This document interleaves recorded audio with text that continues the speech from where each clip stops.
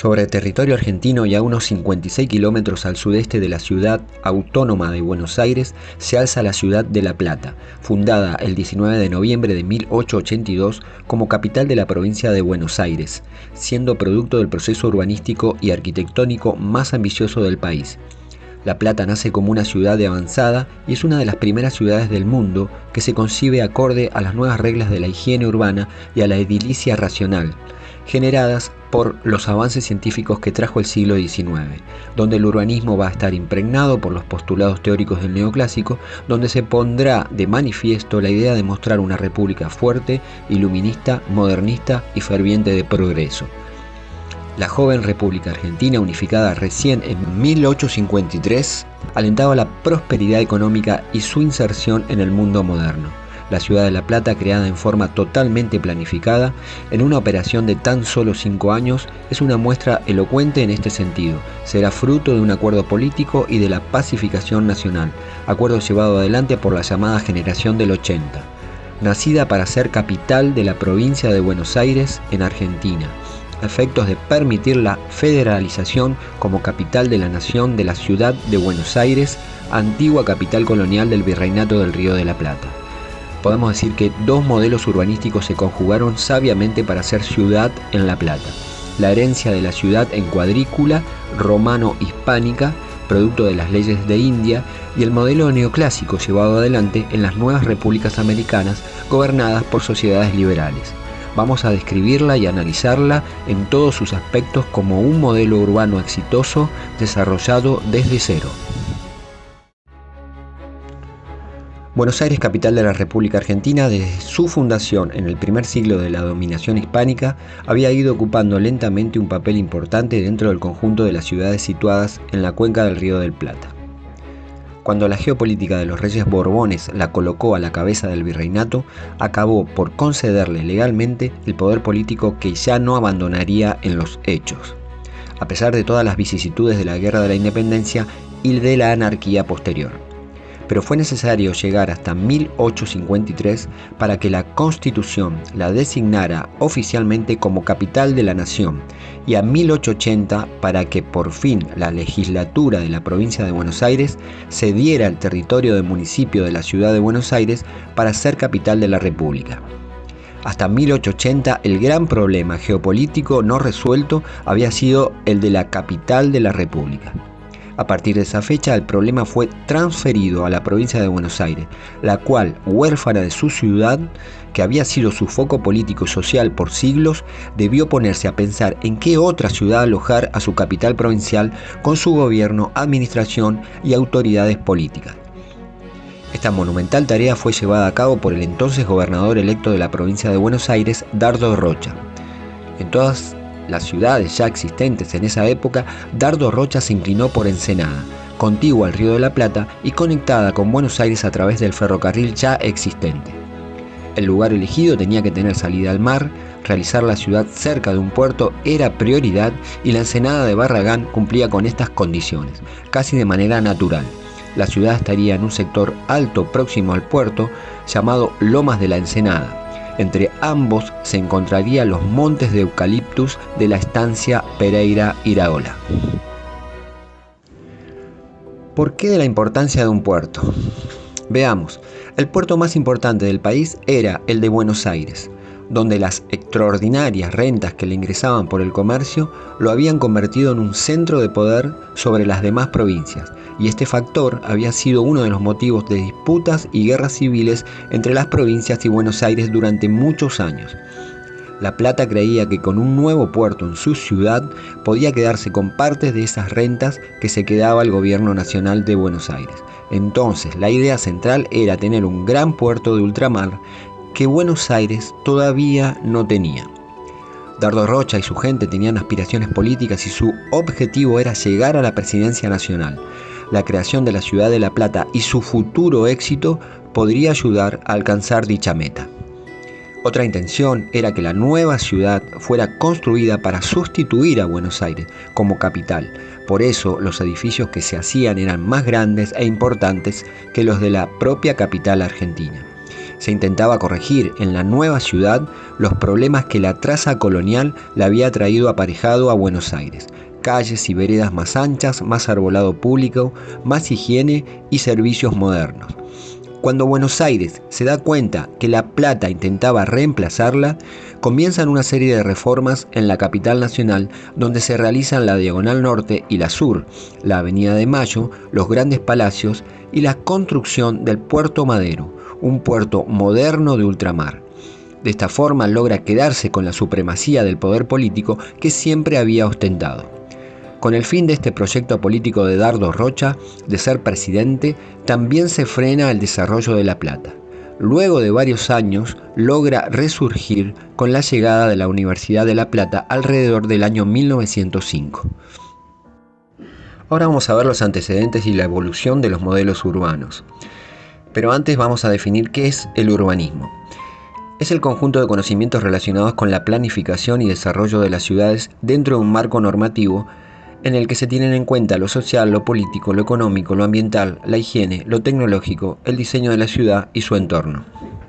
En el siglo XV, con el renacimiento del humanismo y las ideas del mundo clásico, se descubrió la República de Platón como ideal de existencia asociada a una ciudad con democracia y donde se reconocían los derechos de todos los ciudadanos, excluida la plebe.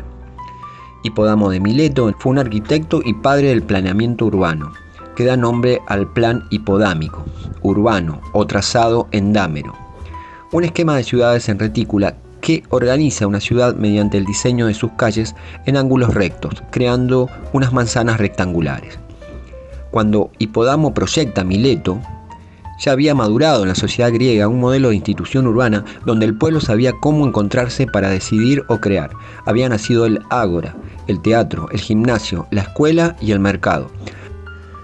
Cuando los romanos toman el modelo, lo regularizan y crean una versión militarizada de aquellas repúblicas griegas, versión más tosca y pobre, creando el Cardus Decumanus, donde el Cardo es una calle con orientación norte-sur que cruzaba perpendicularmente con el Decumanus, otra calle pero con orientación oeste-este.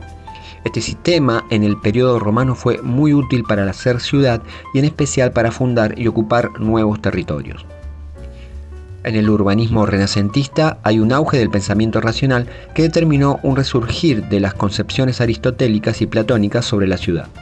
Surgirán los modelos tratadistas como la ciudad ideal de Sforcinda en el año 1465, tomada del tratado de Antonio Averlino llamado Filarete.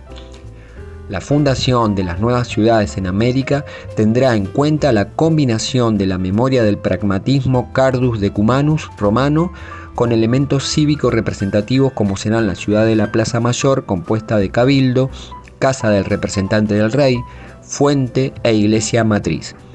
Con las ordenanzas de Felipe II en el siglo XVI se llevó a cabo la organización urbanística de mayor parte de las miles de ciudades que los españoles fundaron en América y que constituyeron las leyes de India. Acá vemos la planta de la ciudad de Buenos Aires en el año 1776, ejemplo típico de la ciudad en cuadrícula de fundación hispánica. La primera ciudad del periodo republicano en América fue Washington, cuya traza fue realizada por el francés L'Enfant en 1792. Acá podemos apreciar una ausencia de límites y la unipolaridad es cambiada por la multipolaridad y el equilibrio axial es cambiado por la multiaxialidad. La Plata va a estar emparentada con las reformas de ampliación de la ciudad de Barcelona en España. Plan llevado adelante por el arquitecto y urbanista Cerdá, el cual consistirá en la incorporación de políticas higienistas llevadas adelante para mantener determinadas condiciones de salubridad en las ciudades mediante la instalación de agua corriente, cloacas, iluminación en las calles y el control de las epidemias. Es notable en esta nueva concepción urbana el reconocimiento hacia los derechos del hombre, donde se vislumbra amplios espacios, grandes áreas de vegetación urbana acordes con el higienismo de la época. En América Latina los jóvenes países alcanzan también su independencia y comienza una nueva etapa urbana, pero la fuerte identidad creada por la ciudad de la Ley de Indias va a influir en su gestación. Volvamos a la ciudad de La Plata.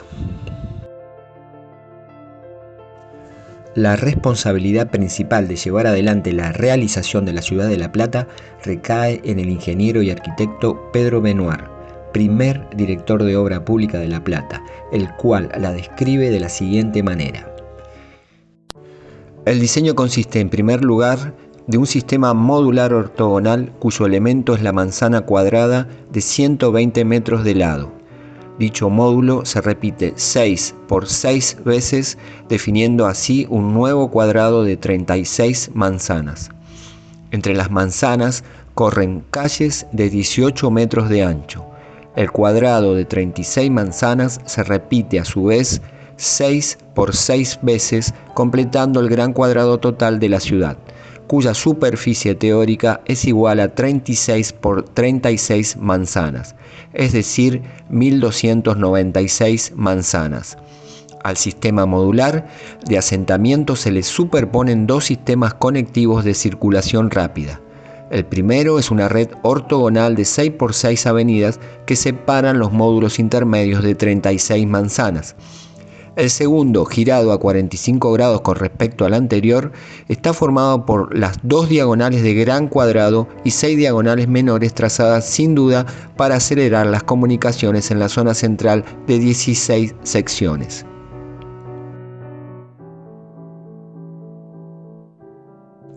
La simetría de los dos ejes propias del cuadrado quedó desnivelada por la ubicación del parque, que ocupa algo más de 2 secciones en el lado que mira al río. Por eso el eje de simetría norte-este-suroeste se prolonga a través del parque hasta el puerto. Este eje constituye un eje monumental y no circulatorio. No está ocupado por una avenida, sino por una hilera de manzanas en las que se ubicaron los edificios más significativos. A los lados del gran eje edilicio corren dos avenidas que se unen al llegar al parque. A derecha e izquierda de estas avenidas se trazaron manzanas de solo 60 metros de ancho. Las manzanas subsiguientes aumentan en anchos de 10 en 10 metros hasta llegar a los 120 metros. Benoit justifica esta organización espacial del eje central para que se distribuya la población en varias direcciones, evitando así las aglomeraciones de edificios en un mismo punto. El límite de la ciudad no puede ser más preciso. La avenida de circulación de 100 metros de ancho. Más allá se extienden las quintas, las chacras y los hornos. Las diagonales solucionarían los problemas de traslación de la gente, pues acortarían las distancias. Calles anchas que se adecúan a los nuevos carruajes y coches de la época. El centro geométrico de la traza es la plaza municipal. Del mismo modo que en las ciudades creadas durante el dominio español, los dos edificios significativos que allí se ubican son la catedral y la municipalidad. Sobre el eje monumental, a mitad de la distancia al parque, está la plaza provincial.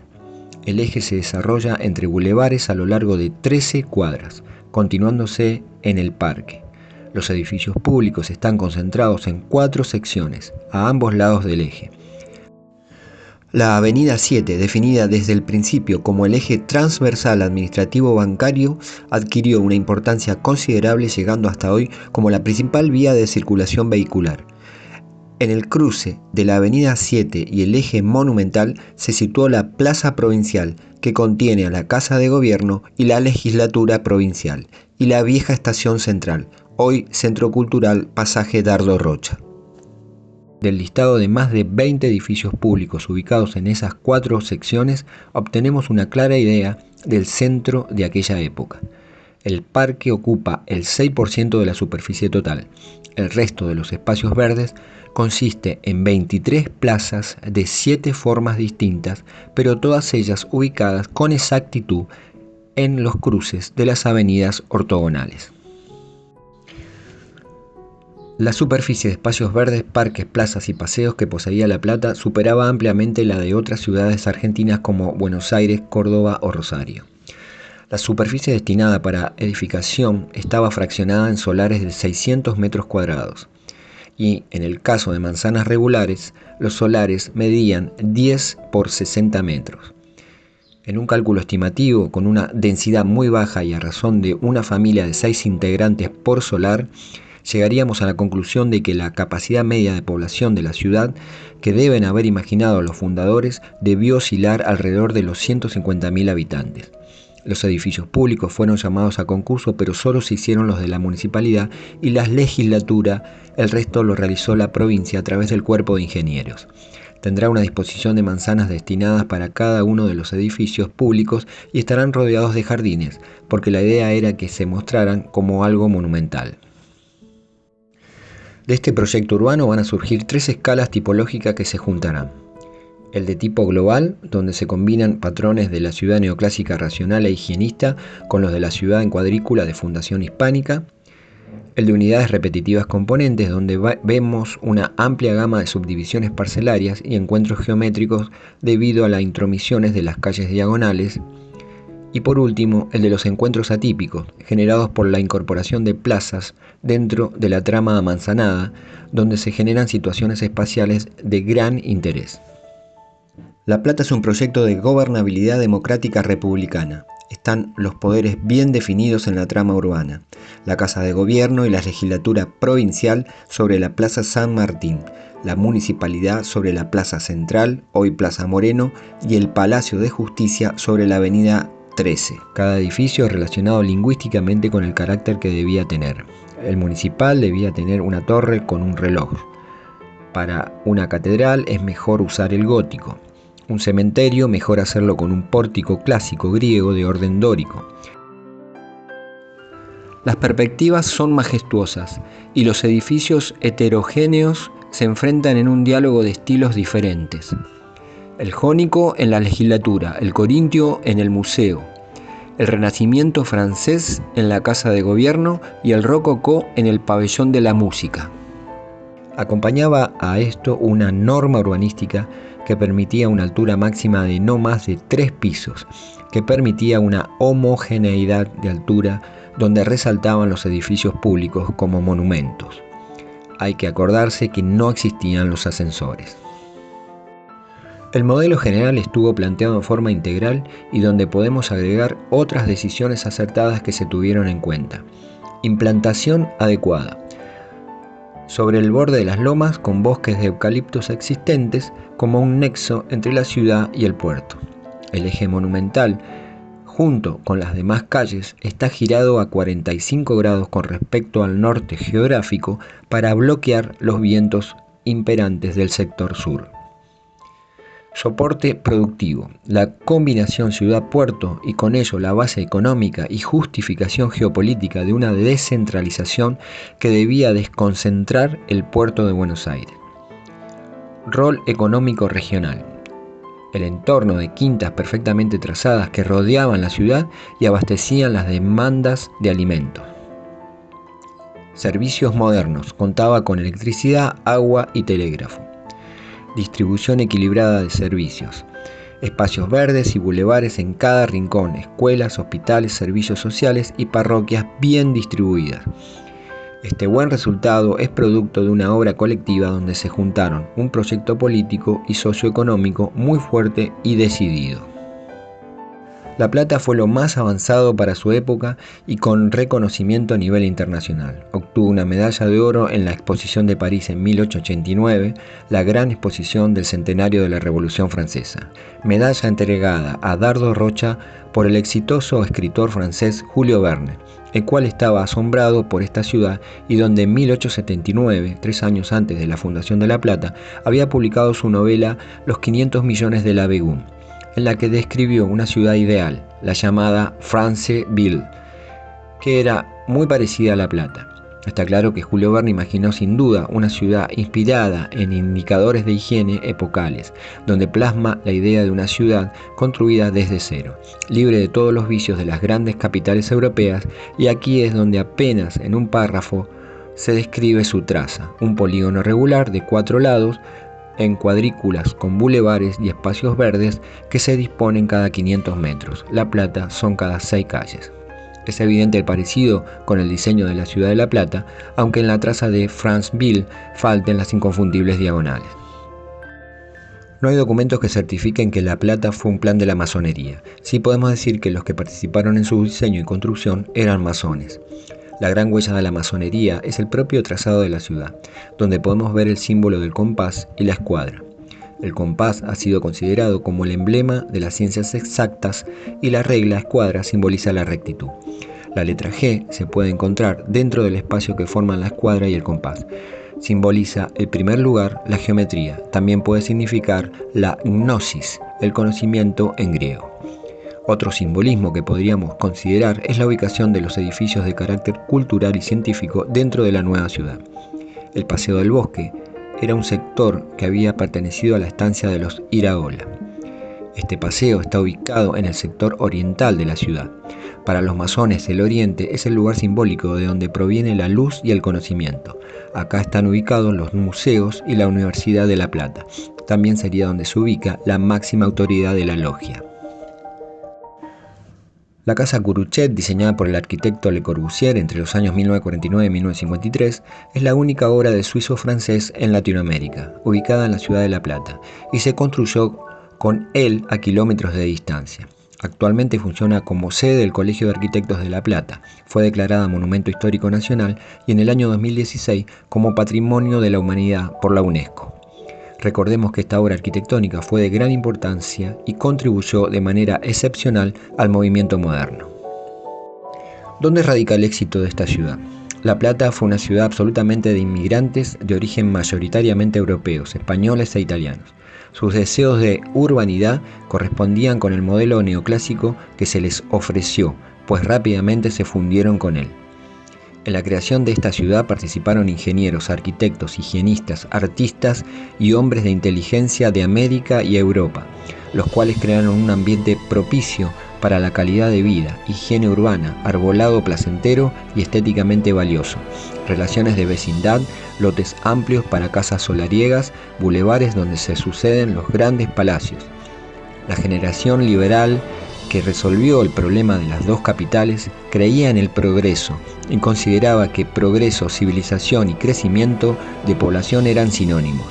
De ahí que, por medio de la inmigración, inventara la capital de la primera provincia argentina, haciendo de ella una ciudad extranjera gobernada por una minoría argentina.